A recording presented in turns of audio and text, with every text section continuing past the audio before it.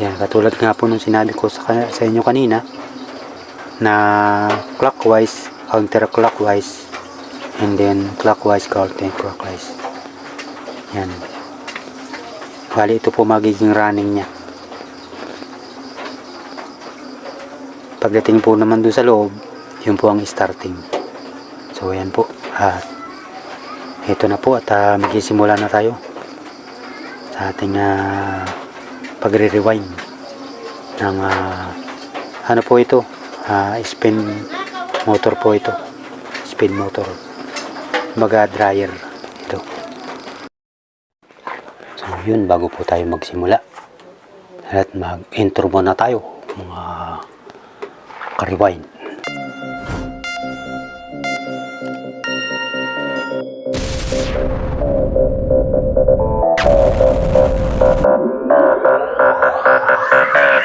Isang pinagpalang hapon po, magkapagpalan.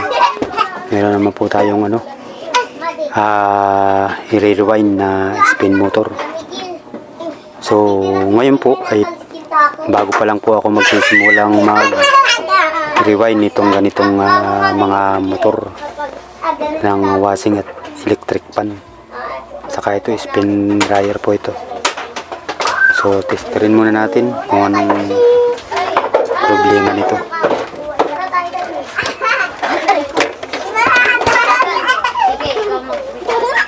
Medyo malabo.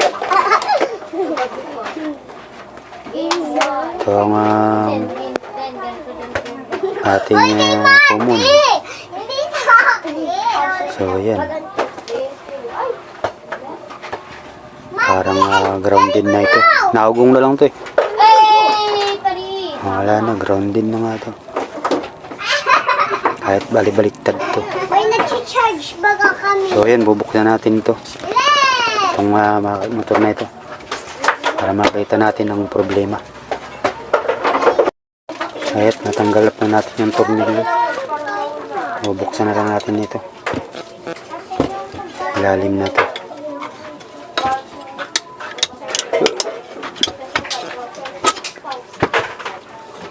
Yan, para makita natin ang problema nito.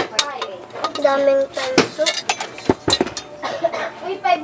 Ayun, sunog na. Bato lang sinot ko kanina. Ayun po, ang dahilan kung bakit siya inaugong na lang at saka grounded na. Ayan, kitang kita yung sunog niya. Bali, ito yung ating re-rewind na. Bali, ang sukat po pala ng rotor nito ay sukatan natin kung ilang EM.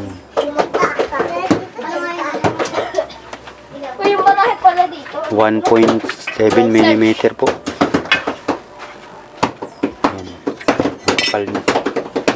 Lagyan na dyan. Ayan po, at bali ito ay tanso pala. Tanso itong ating papalitang magnetic wire na ito. So ito, titestirin natin itong thermal fuse na ito kung nagana pa. Pag nagana pa, ito ang gagamitin natin. Patil, bilhin mo ko shampoo. Ito pambili! Yan, puputulin na natin din eh. Yan o, nandito na sa unog eh. Apektuhan na yan. Tigas na ang wire. Yan o, dito nag-shorted. Ayan, nasunog. So yan. So bago pa lang ako magre-rewind nito, bali ang gagawin natin dito ay bibilangin ko yung turn nito. Kung ilang turn itong bawat linya nitong running winding, running, tsaka yung starting sa loob.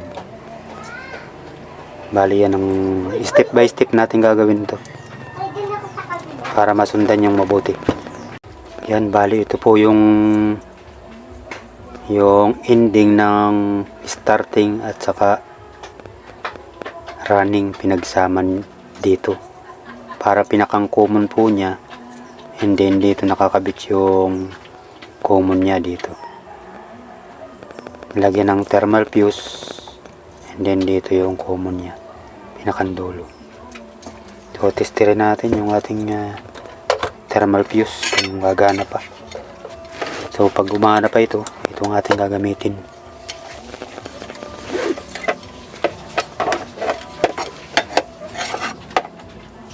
Tayong malagyan ng ating tester. So yan, kabit natin. So yan, gumagana pa siya. So itong ating gagamitin pa. At okay pa naman yung thermal fuse niya. Yan, okay pa. Ito ang ating gagamitin, thermal fuse. So maganda pa siya. Ang ginamit pala itong original na wire ay kulay gray and violet at saka black. So yung black niya ang pinakang common na ginamit niya. And then yung top sa capacitor, itong violet, ayan, capacitor. And itong gray, ito ang pinakang line 2. Ito line 1 sa common na ginamit niya. So yan din ang ating gagawin sa ating pagre-rewind nito. Kasi yung mga ganito, first time ko pa lang, susundan natin ito kung ilang turn nito. So gagayahin natin at saka yung sukat nitong magnetic wire na ginamit niya. So yun, step by step yan ating gagawin. So yan po, at sobrang dikit nitong ating magnetic wire dahil ito ay copper talaga siya. Sagang sobrang tigas. Ang hirap buksan itong mga tali. Kapit na kapit. Kaya ating tsatsagayin itong tanggalin. Yan. Hirap talaga tanggalin yan. Dahil talagang magnetic wire yung ginamit niya. Yan yung original niya. Yan po, nabaklas na natin. So bali ito, lilinisin po natin muna ito. Bali mayroon po pala itong 24 slot. So kung yung mapapansin, meron po siyang malaking butas. Yan. Kumbaga dito po natin susuot yung running coil. Mabilang tayo dito ng 1-4. Yan. 1, 2, 3, 4. So sa bawat butas po na yan ay na malalaki, dito po natin ito-double yung starting coil na maliit. Diyan natin isisigbay sa 1-4 na yan. And then ito yung ating malaking coil 1-6. 1, 2, 3, 4, 5, 6. Yan, dito natin ilalagay yung running. And then hanggang paikot clockwise. And then dito ay counterclockwise. Clockwise, counterclockwise. Balik ganun ang gagawin natin dyan sa bawat ilalagay nating mga coil. So bilangin muna natin siya kung ilan turn. Ito ba ito? Ayan po, at minilang na natin itong ating starting coil na malaki. Ito po yung malaking bilog.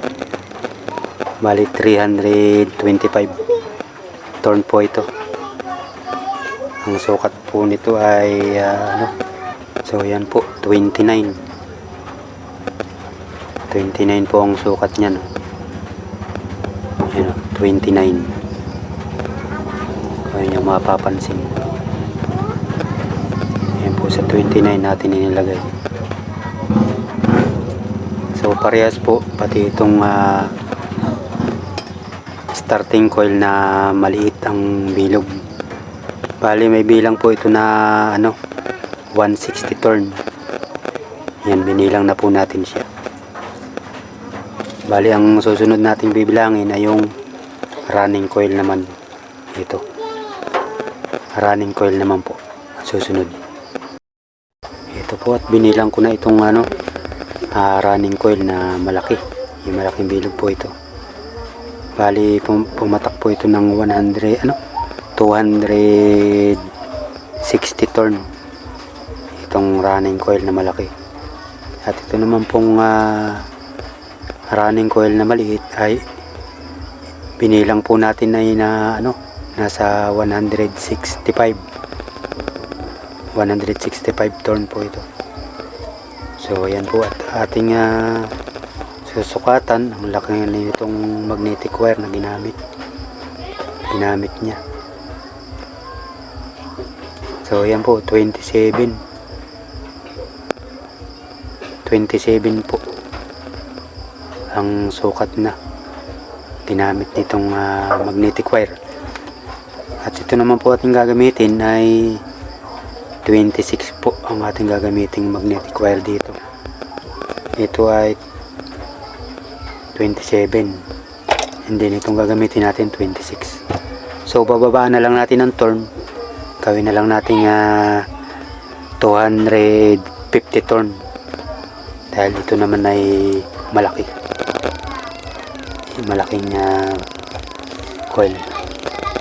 Kumbaga yung laki po ng sukat ng niya, laki niya. Ito po at atin muna itong lilinisan para maganda siya. Atin muna siyang iskubahin para gumanda-ganda ang kulay niya. Ito po at meron tayong ginawang pangsukat. Ito po yung ating coil na malaki. So dito natin yan ipapasok sa 1/6. Ito po yan yung 1/6 po yan.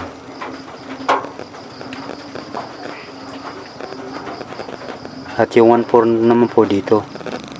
1, 2, 3, 4 dito. Ito po yun naman yung maliit siya. Yan, ginawa natin ng sukatan para hindi tayo mahirapan. Ito po yung 1/4 niya. So yan po magiging forma niya.